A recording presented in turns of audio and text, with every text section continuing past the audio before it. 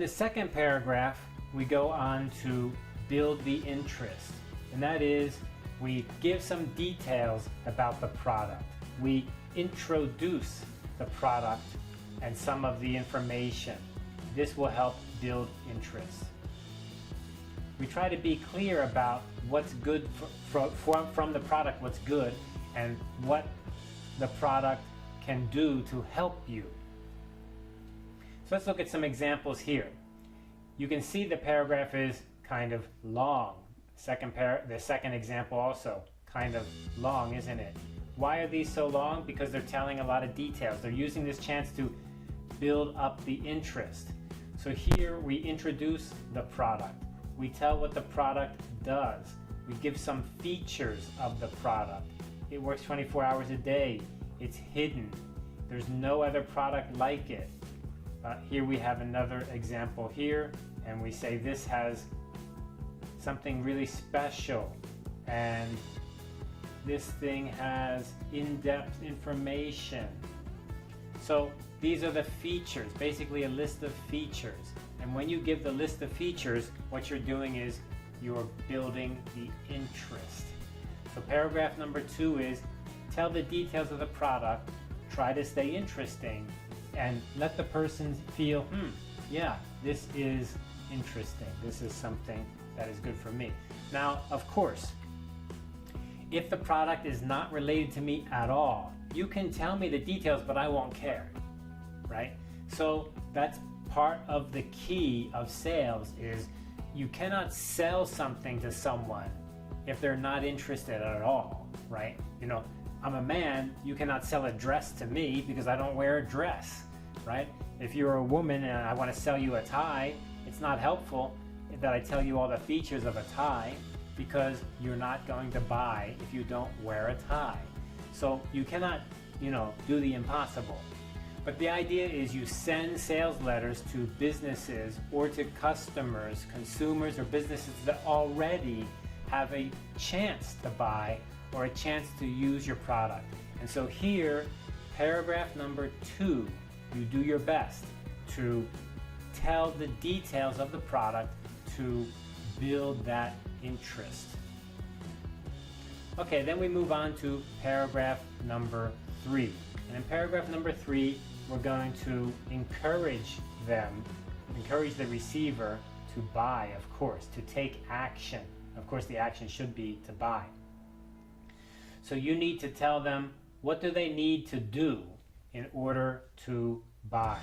And you need to make it easy for them to respond or to get more information. And of course, you can do something extra, like maybe give a price discount or a special sale price or buy one get one free kind of thing.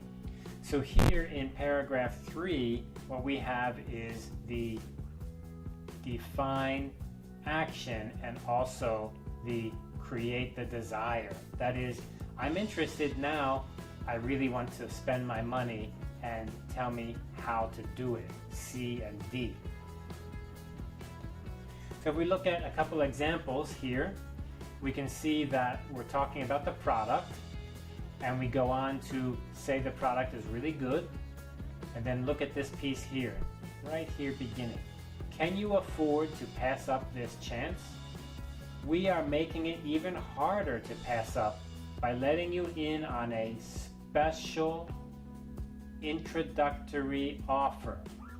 If you send us the enclosed order form, we will cut the theft-proof system price by 25%. So there's the special offer. That special offer is helping to create desire. We cannot continue this incredible offer for long, so it's limited, right? Now inside the letter we may include some information, or inside the email we may include a button, like click here, right, to buy, or a link, an HTTP link maybe, and you can go to the website and buy there. So that is the D, define the action.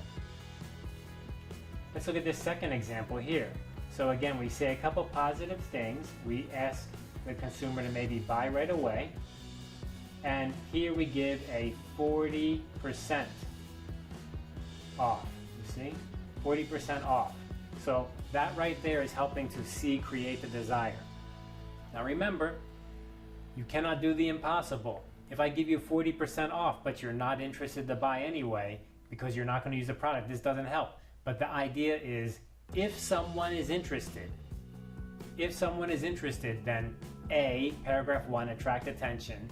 B, paragraph 2, build the interest, tell them the detail. And C, here, we create the desire by maybe giving something special, like a sale price or a special offer.